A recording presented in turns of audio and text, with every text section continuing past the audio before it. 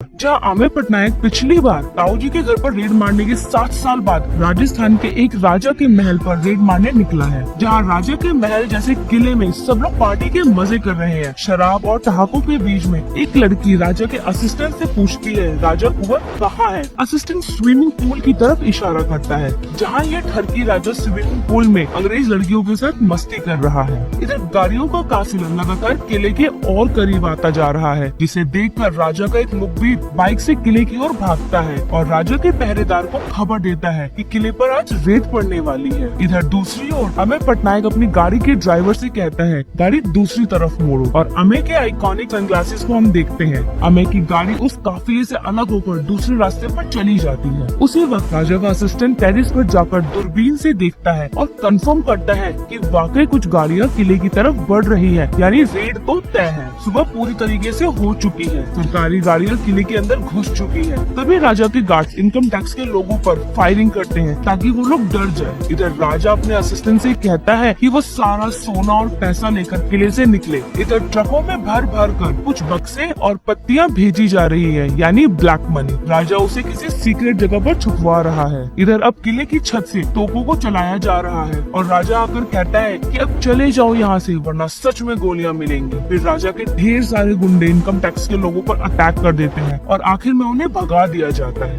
वही काला धन राजा का असिस्टेंट लेकर जा रहा होता है। रास्ते में वो देखता है कि सामने अमेय पटनायक की जीप खड़ी है। अमेय अपनी जीप से उतरता है और कहता है कि राजा को पकड़ने के लिए जरूरी नहीं कि हर बार हमला किले पर ही किया जाए। अमेय हल्के से मुस्कुराकर इशारा करता है और हम देखते हैं कि पूरी टीम पीछे से आ रही है, जिसे राजा ने किले से भगाया था, और अमेय और उसकी टीम राजा के सारे ब्लैक मनी को सीज कर लेती है। सभी जीपों के साथ अमेय पटनायक जयपुर के इनकम टैक्स ऑफिस पहुंचता है और राजा का असिस्टेंट अमेय को रिश्वत देने की कोशिश करता है कि 7 या 8 लाख में मामला सेट करते हैं। अमेय का असिस्टेंट महंत राजा के असिस्टेंट को एक पर्ची देता है 2 करोड़ की। राजा का असिस्टेंट पर्ची को देखता है और शॉक्ड हो जाता है। 2 करोड़ की डिमांड को देखकर अमेय कहता है, बहुत हो गई ईमानदारी और ये गरीबों वाली नौकरी भी। लेकिन अगले ही पल वो पर्ची उसके हाथ से लेकर फाड़ देता है और बिना कुछ कहे वहाँ से चला जाता है। आफ्टर 2 वीक जेल में हम वही ताऊ जी जिनके यहाँ अमेय ने पहले रेड डाली थी उनको देखते हैं, जो अभी भी 7 साल की सजा काट रहे हैं। और ताऊ जी और अभी भी दुख में है कि उसके फैमिली वालों ने ही अमेय को सब बता दिया था, जिससे वो अभी तक जेल में है। वहाँ का जेलर और हवलदार ताऊ जी की पूरी सेवा में लगे हैं और ताऊ जी को इंतजार है कि कब उसे पैरोल मिलेगी। इधर वहीं दूसरी तरफ अमेय की पत्नी मालिनी पटनायक ड्रॉर से साड़ी निकाल रही होती है। तभी पीछे से अमेय आता है और मालिनी को साड़ी थमाते हुए धीमे लहजे में कहता है, फिर से ट्रांसफर हो गया। मालिनी रुक जाती है और गहरी सांस लेकर अपनी 7 साल की बेटी मिनी को आवाज देती है। बाहर मिनी जो साइकिल ठीक कर रही है वो समझ जाती है कि पापा का ट्रांसफर फिर से हो गया। मिनी आती है, आंखों में नाराजगी, होठों पर मासूमियत लिए कि पापा मेरे दोस्त भी नहीं बने और आपका ट्रांसफर फिर से हो गया। मालिनी अमेय से सीधा सवाल करती है, इस बार तो कुछ हाथ भी नहीं लगा, तो फिर ट्रांसफर किस बात का? अमेय बस एक अखबार की ओर इशारा करता है और मालिनी वो देखे बिना ही कह देती है, मुझे पता है मेरे पति ने कभी रिश्वत नहीं ली। मालिनी को भरोसा है अमेय और उसकी ईमानदारी पर। अमेय अपनी फैमिली को लेकर चल पड़ता है नई पोस्टिंग की तरफ, जहाँ वो राजस्थानों के शहर से होते हुए भोज में आते हैं, जो सीधा रेफरेंस है भोपाल का। जहाँ भोज में एंटर करते ही हर तरफ एक ही चेहरा देखने को मिलता है, दादा भाई का और उनके फाउंडेशन का। सुबह का वक्त है। एक घर का आंगन में बने मंदिर में दादा भाई दूध से अपनी माँ के पैरों को धो रहा है, साथ ही मंत्रों का उच्चारण भी कर रहा है। माँ की आंखें चमक रही है गर्व से। दादा भाई हर रोज यही करता है, भगवान की मूर्ति के आगे नहीं झुकता बल्कि माँ के पैरों में सिर रखता है। दादा भाई की माँ कहती है, भगवान मुझे माफ करना, क्योंकि आपसे ज्यादा तो ये मुझे पूछता है। दादा भाई भोज का कैबिनेट मिनिस्टर है और उसका एक फाउंडेशन है भोज में, सुषमा जन कल्याण फाउंडेशन, जो कि यकीनन उसने अपनी माँ के नाम पर ही बनाया होगा। फाउंडेशन के अंदर दादा भाई की गाड़ियाँ आती है और दादा भाई चप्पल पहने बिना ही गाड़ी से उतरता है और एक शोकेस में रखी उसकी पुरानी चप्पल को नमन करता है और फिर अपनी चप्पल पहनता है। ये उसका रोज का रिवाज है। इधर अमेय टाइम से अपने नए ऑफिस आता है, जहाँ का चपरासी तक हैरान है कि पहली बार कोई ऑफिसर टाइम पे आया है। धीरे धीरे सब आते हैं और सबकी निगाहें सिर्फ एक ही आदमी पर टिक जाती है, अमेय पटनायक, जो फाइलों में उलझा हुआ है। खैर 10 बजे तक पूरा स्टाफ हाजिर हो जाता है। फिर अमेय उन्हें कहता है कि पिछले 10 सालों की हर बिजनेसमैन की फाइल निकालिए ताकि हम देख सके। वहीं की ऑफिसर गीता, जो अमेय को अपना रोल मॉडल मानती है, सबको बताती है कि पटनायक ने अब तक कितनी रेड मारी है। ऑफिस में गॉसिप चल रही है कि ये अमेय का 74वां ट्रांसफर है, और वो भी इस बार रिश्वत मांगते हुए। रात में पटनायक अपने घर में अपनी फैमिली के साथ है, जहाँ मालिनी पूछती है कि कुछ मिला क्या, और वो कहता है पहली बार कुछ भी नहीं। मिनी आती है कि पापा स्कूल बंद है 2 दिन, होली है, कहीं घुमा दो ना। अमेय मुस्कुराता है और कहता है कल चलते हैं। अगले दिन अमेय की फैमिली फाउंडेशन पहुंचती है, जहां अमेय फाउंडेशन की इमारत को निहार रहा होता है और कहता है जरूर देश विदेशों से डोनेशन आता होगा। तभी पीछे से दादा भाई की आवाज आती है, हमारी नजर में डोनेशन भी रिश्वत होती है। दादा भाई हाथ जोड़ता है, सिर झुकाता है कि आप पहले ईमानदार ऑफिसर हैं जो भोज आए हैं। अमेय भी हाथ जोड़कर सर झुकाता है। मालिनी और मिनी आती है और दादा भाई उन्हें फाउंडेशन दिखाने ले जाता है, लेकिन अमेय के मन में फिर से कुछ खटकता है। अगले दिन वो पास की एक जूते की दुकान पर जाता है और सैंडल खरीदते हुए दुकानदार से पूछता है दादा भाई कौन है। दुकानदार खुलासा करता है कि पहले दादा भाई की चप्पलों की दुकान थी और वो सबकी हेल्प करता था, लेकिन फिर दुकान चलना बंद हो गई और दुकान बेचकर उसने लोगों को खाना खिलाया। लेकिन दादा भाई एक दिन पूरा कंगाल हो गया और उसके पास कुछ नहीं था, लेकिन उसके पास अब भोज के लोगों का सपोर्ट था, जहाँ लोग कहते हैं कि आप इलेक्शन में खड़े हो जाइए। और वो बात मानकर चीफ मिनिस्टर के पास चला जाता है टिकट मांगने, लेकिन चीफ मिनिस्टर दादा भाई की बेइज्जती करते हैं कि चप्पल उठाकर यहाँ से निकल लो। दादा भाई के सबके सामने खूब किरकिरी होती है, लेकिन दादा भाई की बेइज्जती देख लोगों ने उसे खूब सपोर्ट किया और दादा भाई ने अपनी पार्टी बनाई और चीफ मिनिस्टर की पार्टी को हरा दिया।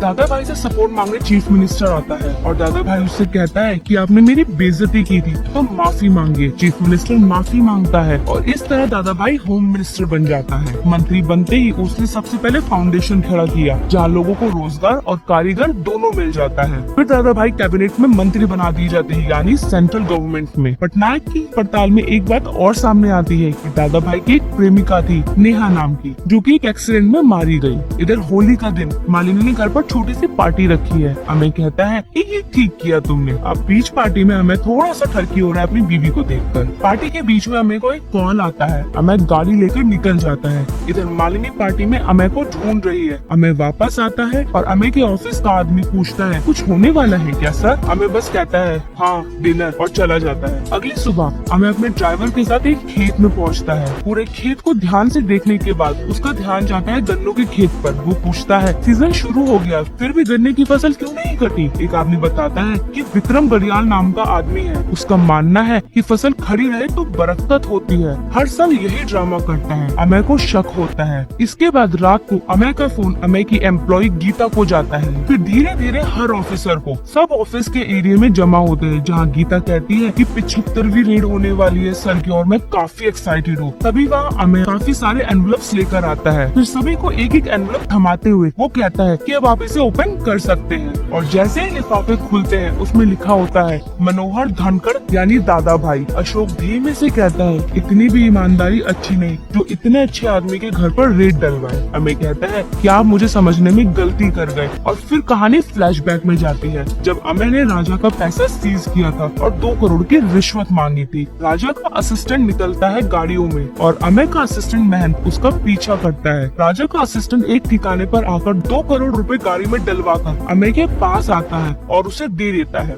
अमेय उसे तसल्ली देकर जाने को कहता है। इधर उसके बाद मैन इनकम टैक्स की टीम को ले जाकर राजा के उसी ठिकाने पर लोगों को अरेस्ट कर लेता है। वो लोग अमेय को बताते हैं कि सारा का सारा पैसा हवाला का है, जो कि दादा भाई का है, जो भोज से कैबिनेट मंत्री है, और चैलेंज देता है कि ये सारा पैसा दादा भाई का है। ये बात प्रूफ कैसे करोगे? अमेय इनकम टैक्स कमिश्नर अंजानी कॉल से अपना ट्रांसफर मांगता है भोज के लिए। अंजानी उसे मना कर देता है। अमेय उसे कहता है कि मैं खुद पर रिश्वत का इल्जाम लगा रहा हूँ। और अमेय और महंत कमिश्नर अंजानी को पूरा सिनेरियो बताते हैं कि कैसे उन्होंने राजा के किले पर रेड मारी और फिर 2 करोड़ की रिश्वत मांगी। अमेय अंजानी को दादा भाई और राजा के बीच के लिंक के बारे में बताता है कि वो दोनों मिलकर चीफ मिनिस्टर की सरकार गिराने की प्लानिंग कर रहे हैं और ये सारा का सारा पैसा दादा भाई का है। कमिश्नर उसे 3 महीने की मोहलत देता है और पटनायक खुद पर झूठा आरोप लगवाकर हो जाता है। 3 महीने में अमेय भोज में खूब छानबीन करता है और महंत को भी एक्टिव कर देता है। इधर महंत भी शेयर मार्केट में इन्वेस्टिगेशन करता है कि 50 फर्जी शेल कंपनी अभी बनाई गई है जिनके जरिए सारे पैसे का लेन देन हो रहा है। हमें गाँव के एक आदमी छोटे राम से पूछता है कि मुंबई में तुम्हारी कंपनी है? वो कहता है कि मेरे पास तो बीड़ी लेने तक के पैसे नहीं है, तो कंपनी कहाँ से होगी। इधर अमय अपने घर में बैठा है तो घर में बेटी के चश्मे ढूंढने वाले डायलॉग से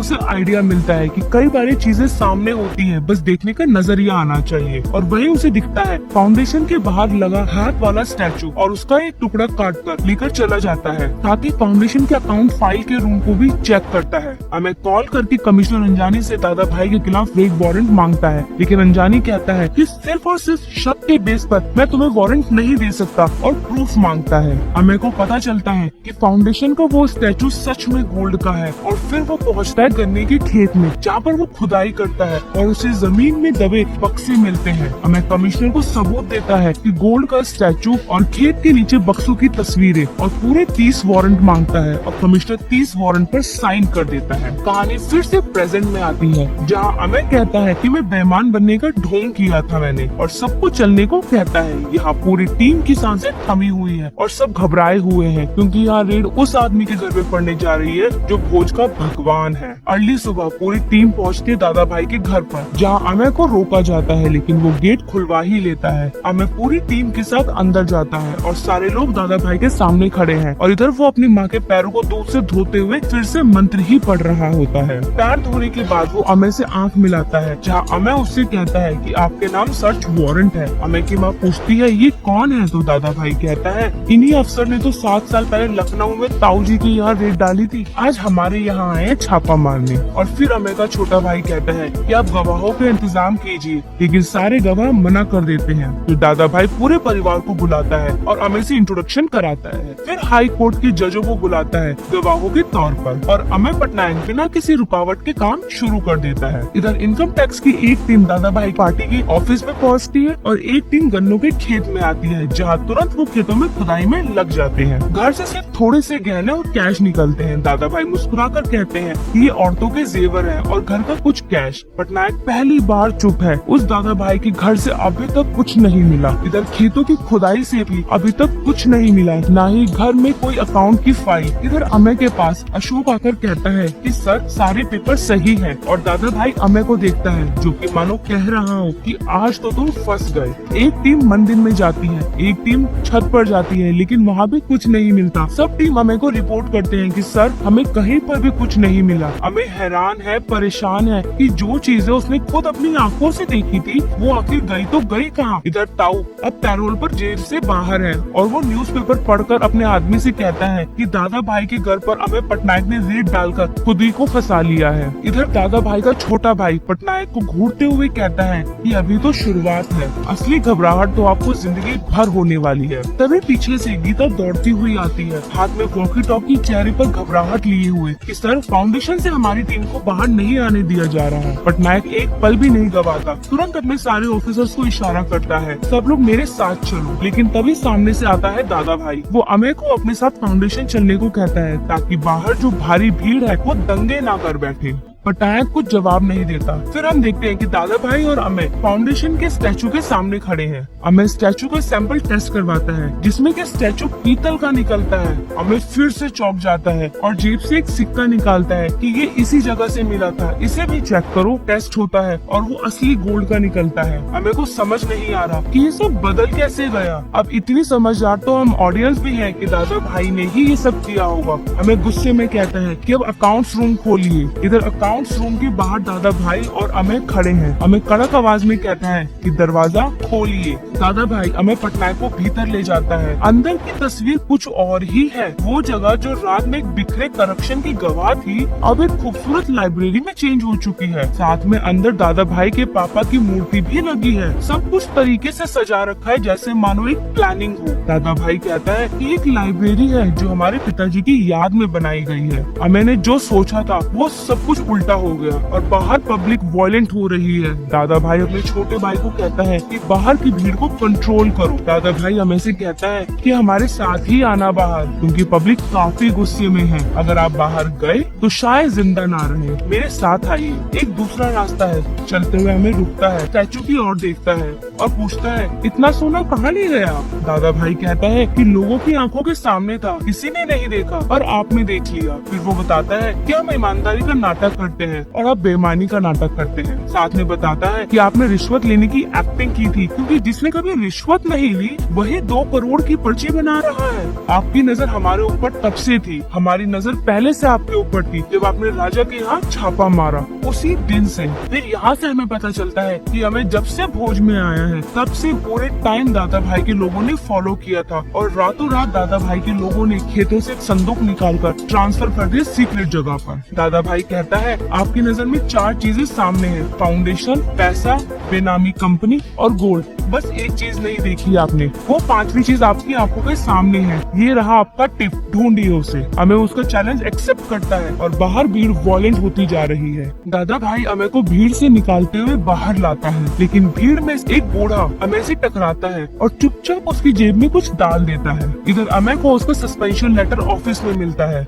वो उठता है, देखता है और फिर चुपचाप कुर्सी छोड़ देता है। गीता के पास खड़ा अशोक धीरे से फुसफुसाता है, इस बार सीधा सस्पेंशन मिला है। इधर ताऊ जी अपने आदमी के साथ बैठे हैं और अपने आदमी से कहते हैं पटनायक तो गया, और कहते हैं अब वो ससुराल की रोटी तोड़ रहा है और एक ईमानदार इंसान के ससुराल की रोटी तोड़ना सबसे बड़ी सजा है, क्योंकि सस्पेंशन के साथ सरकारी क्वार्टर भी ले लिया जाता है उससे। इधर पटनायक अब अपनी पत्नी और बच्ची के साथ ससुर के घर में रह रहा है, जहाँ अमे खाना भी ठीक से नहीं खा रहा और एक कमरे में अकेला बैठा हुआ है अमे। और टेबल पर एक पर्ची पड़ी है जिसमें लिखा है नेहा राठौर, रेलवे विभाग, और ये वही पर्ची है जो उस बूढ़े आदमी ने उसकी जेब में डाली थी। दूसरी तरफ राजा कुंवर सिंह और दादा भाई जश्न मना रहे हैं अमे के जाने का, और अमे भोज की लाइब्रेरी में नेहा राठौर की मौत से जुड़ी इंफॉर्मेशन ढूंढ रहा है। अमे को एक अखबार मिलता है, रेलवे कर्मचारी नेहा राठौर, हादसा या आत्महत्या। इधर अमे पटनायक खेतों के बीच खड़ा है और सोच रहा है कि 5वीं चीज आखिर हो क्या सकती है, और तभी समझ आता है 5वीं टिप, जमीन। और वो अपनी बीवी मालिनी को कॉल करता है और बताता है कि मैंने ढूंढ ली, जिस चीज की कीमत सोने की तरफ बढ़ती जाती है। फिर अमे रेलवे की एडिशनल डायरेक्टर जनरल पुनीत को कॉल करता है और नेहा राठौर के बारे में पूछता है। अमे उससे सारी इन्फॉर्मेशन लेता है, जहाँ उसे पता चलता है नेहा ने सुसाइड किया था और लेटर में दादा भाई का नाम था, लेकिन बाद में वो रफा दफा कर दिया गया। पुनीत उसे बताता है पुराने दोस्त के बारे में और अमे उसे कॉल करता है। अमे उसे कहता है कि मुझे तेरी हेल्प चाहिए और अपनी बेटी के वास्ते ही मेरी मदद कर। हालांकि उस आदमी की पहचान अभी नहीं बताई जाती, लेकिन वो आकर अमे को कुछ डॉक्यूमेंट्स देता है। पटनायक महंत को बुलाता है और वो पता लगाता है कि नेहा राठौर के नाम पर 80 बीघा जमीन है, जिस पर 5 स्टार होटल बना हुआ है। महंत फाइलें लाता है, एक एक करके पटनायक के हाथों में। अमे जाता है रेलवे ऑफिस एक लड़की से मिलने, नाम है जया। जया उसे पहचानती है लेकिन बात नहीं करती और चली जाती है। वो और भी औरतों से बात करने की कोशिश करता है, लेकिन हर कोई फोन काट देता है और कोई गवाही देने को तैयार नहीं दादा भाई के खिलाफ। अमे मालिनी को बताता है कि दादा भाई ने रेलवे में नौकरी दिलाने के बदले में लड़कियों के रिश्तेदारों की जमीनें खरीदी और कुछ लड़कियों का सेक्सुअल अब्यूज भी किया। दूसरी तरफ एक होटल के कमरे में दादा भाई और जया साथ है और वो क्या कर रहे हैं वो तो खैर सबको पता ही है। जया कहती है कि घर वाले उसका रिश्ता देख रहे हैं। दादा भाई कहता है कि हाँ कर लो शादी, हम मिलते रहेंगे ऐसे बीच बीच में, और जया से सीधा शादी करने से साफ मना कर देता है और बिना पीछे देखे निकल जाता है।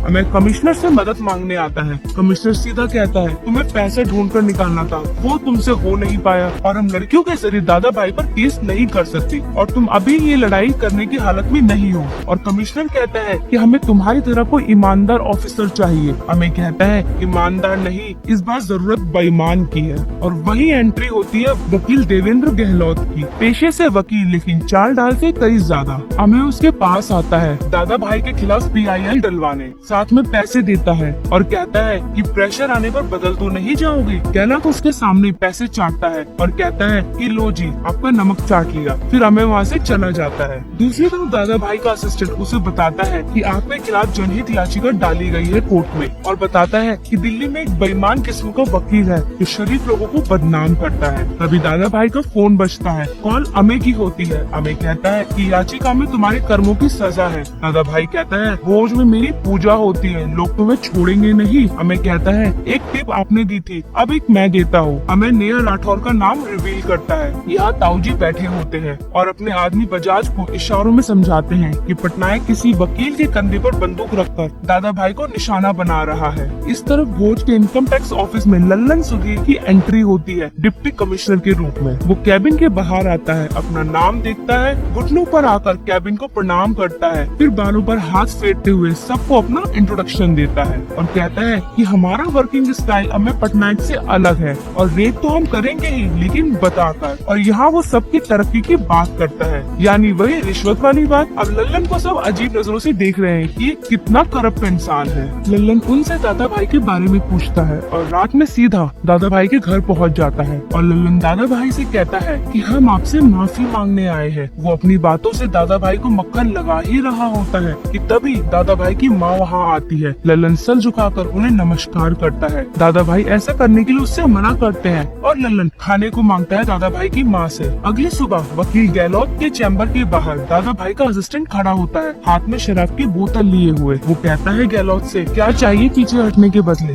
गहलोत कहता है मैं आपको नाराज नहीं करूँगा, इसलिए मैं बिक गया समझो। दूसरी तरफ हमें उसी खेत में खड़ा है जहाँ गन्ने के खेत है। वो जमीन का इंस्पेक्शन करता है और कुछ पुराने निशानों को बड़े ध्यान से देख रहा होता है और फोन लगाता है गीता को और एक इन्फॉर्मेशन देता है। दूसरी तरफ दादा भाई का असिस्टेंट कहता है कि वकील ने 2 करोड़ मांगे हैं रिश्वत के तौर पर। दादा भाई का छोटा भाई मना करता है, लेकिन दादा भाई कहता है कि ये हमें देना ही होगा वरना दिक्कत हो जाएगी। इधर होटल में गीता पटनायक को इन्फॉर्मेशन देने आती है। फिर वो बताती है कि कैसे रेड से एक रात पहले वहाँ से सारा पैसा निकाल कर पास के गाँव के विक्रम घड़ियाल के पास रखा गया। हमें गीता से कहता है कि ये टिप लल्लन को दे दो और उसके साथ जाकर वहाँ रेड कराओ। गीता उसी रात लल्लन के घर पहुँचती है और रेड मारने को कहती है। लल्लन खुश हो जाता है और अगले दिन इनकम टैक्स की पूरी टीम निकल पड़ती है विक्रम घड़ियाल के घर की तरफ रेड करने। अंदर आकर लल्लन विक्रम घड़ियाल को बुलाता है और लल्लन कहता है तुम्हारे घर पर रेड पड़ी है। सब ऑफिसर्स घर के अंदर घुस जाते हैं। लल्लन अंदर फ्रिज की तरफ बढ़ता है, ठंडा पानी पिलाओ यार। जैसे ही फ्रिज छूता है विक्रम उसे रोक देता है। लल्लन फ्रिज खोलता है और फ्रिज खोलते ही ढेर सारा कैश भरा पड़ा है। विक्रम घड़ियाल बार बार कहता है कि कुछ ले दे के रफा दफा कर लो, लेकिन लल्लन कुछ नहीं सुनता। विक्रम आखिरकार बता देता है कि दादा भाई का सारा कैश, सारा सोना संदूकों में भरकर घास के पीछे छुपाया गया है। लल्लन सारा का सारा माल सील करवा के गाड़ी में भर लेता है। थोड़ी दूर पर खड़ा पटनायक ये सब कुछ अपनी आंखों से देख रहा होता है। सभी ऑफिसर्स लल्लन के साथ वहाँ से निकल जाते हैं। अमय फिर से दादा भाई को कॉल करता है और कहता है कि जरूरत आपको 2 करोड़ की है और 20 करोड़ आपके गए, कि ये सब कुछ आपकी ही आंखों के सामने हो रहा है। दादा भाई कहता है पांडव कब से ये सब करने लग गए, और अमय कहता है मैंने कब कहा कि मैं पांडव हूँ, मैं तो पूरी की पूरी महाभारत हूँ। दादा भाई गुस्से में पूछता है आखिरकार रेड करने गया कौन था। उसके लोग बताते हैं कि और कोई नहीं, लल्लन सुधीर ही गया था। लल्लन आता है और दादा भाई के पैरों में गिर जाता है। वो यकीन दिलाता है कि मैं आपके साथ हूँ, मुझे नहीं पता था कि वो पैसा आपका है, वरना मैं रेड पर जाता ही नहीं, लेकिन मेरे पास ऊपर से ऑर्डर था। दादा भाई कहता है कि अब से जब भी भोज में रेड मारोगे तो पहले हमें बताओगे।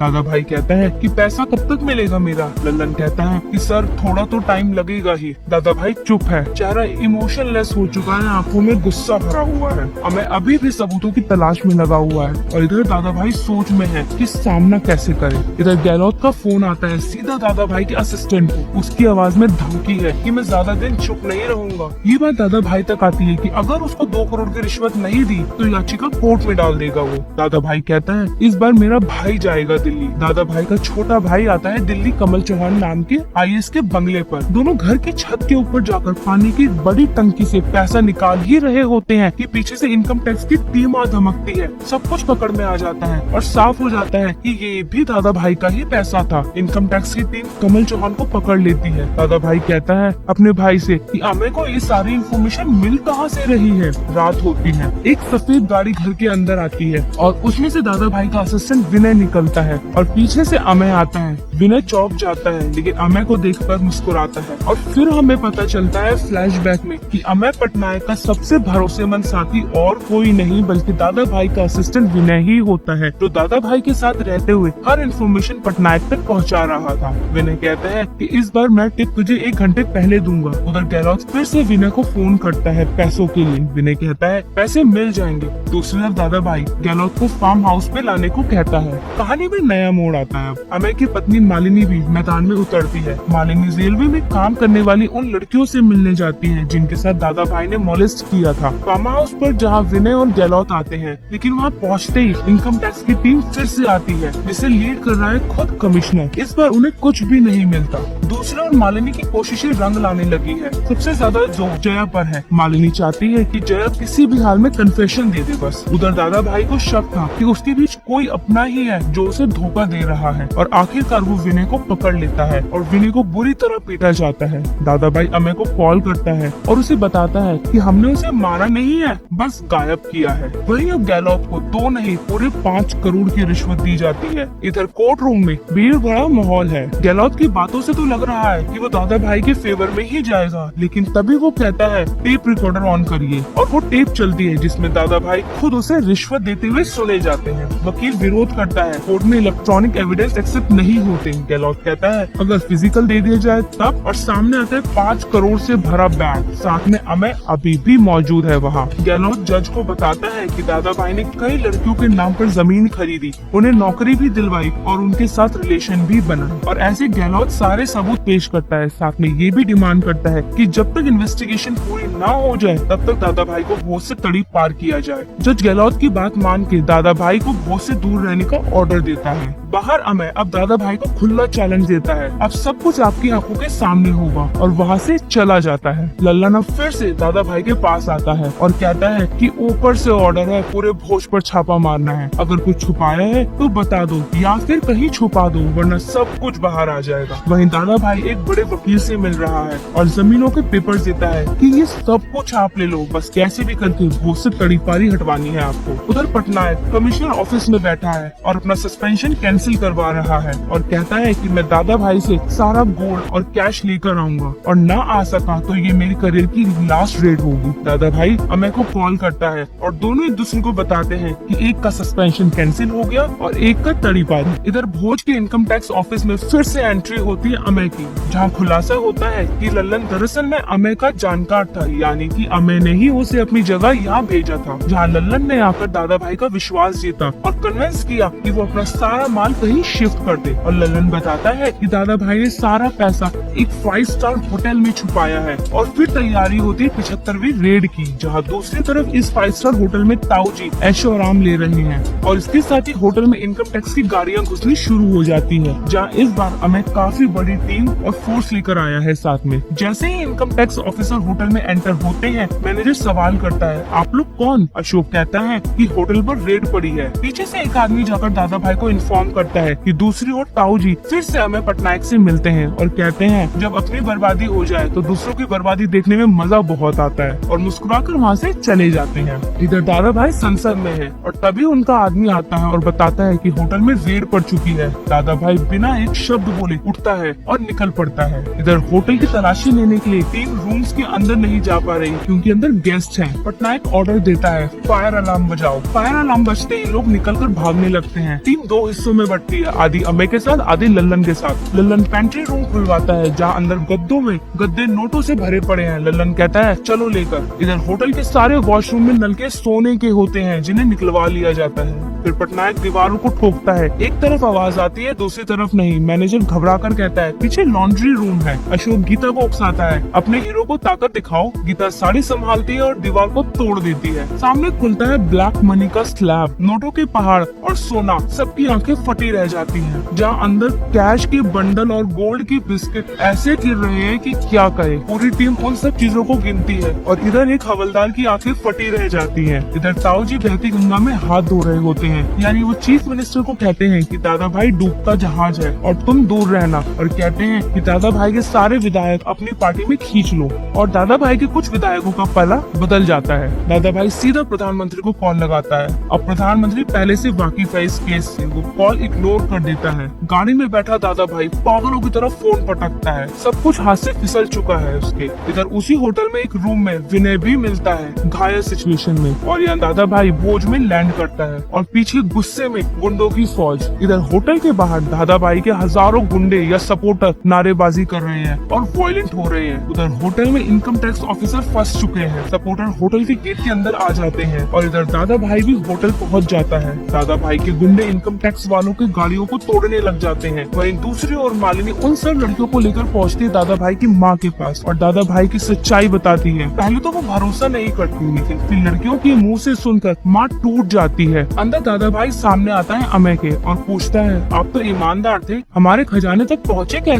पटनायक अपना आखिरी पत्ता खोलता है लल्लन को सामने लाकर। अमय कहता है, जमीन पैसा मिल गया है, अब गोल्ड और फर्जी पेपर बचा है बस। दादा भाई कहता है, बाहर जो लोग हैं वो तुम्हें जिंदा नहीं छोड़ेंगे। और सच में बाहर भीड़ वायलेंट हुई पड़ी है और पुलिस फोर्स से खूब ही काबू नहीं हो रही है। हमें उन्हें देखता है और निकल पड़ता है। दादा भाई के कहने पर उसके आदमी हमला करने लगते हैं, गाड़ियां तोड़ते हैं, जला भी देते हैं। लल्लन और अमय देख रहे हैं नीचे भीड़ को और अमय कहता है, क्यों ना जनता का पैसा जनता को लौटा दे। लल्लन विंडो तोड़ता है और उनमें से करता है नोटों की बारिश। अब कोई कितना भी बड़ा सपोर्टर हो, उसकी कमजोरी तो पैसा ही है और इसी का फायदा उठाते हैं अमय और लल्लन। पब्लिक नोटों पर टूट पड़ती है और सारे जी भर कर पैसा लूटते हैं। यहाँ दादा भाई देखता है कि क्या हो गया। एक पल में इनकम टैक्स टीम के लिए रास्ता साफ हो जाता है और सारा कैश ट्रक में भरकर निकल दिया जाता है। लल्लन टीम लेकर आता है सीधा फाउंडेशन और एक बुजुर्ग से पूछता है, सोने वाला हाथ कहाँ है? इशारा होता है पास के तालाब में। क्रेन उतरती है और बाहर आता है गोल्ड का बना बड़ा सा हाथ, जिसकी तलाश पूरी फिल्म में थी। लेकिन तभी फिर से आते हैं गुंडे और उनके बीच होते हैं दादा भाई। अमय की टीम पर अटैक होने वाला ही होता है कि सामने दो गाड़ियां आकर रुकती है, जिनमें से उतरती दादा भाई की माँ, अमय की पत्नी मालिनी और वो लड़कियां जिनके साथ दादा भाई ने गलत किया था।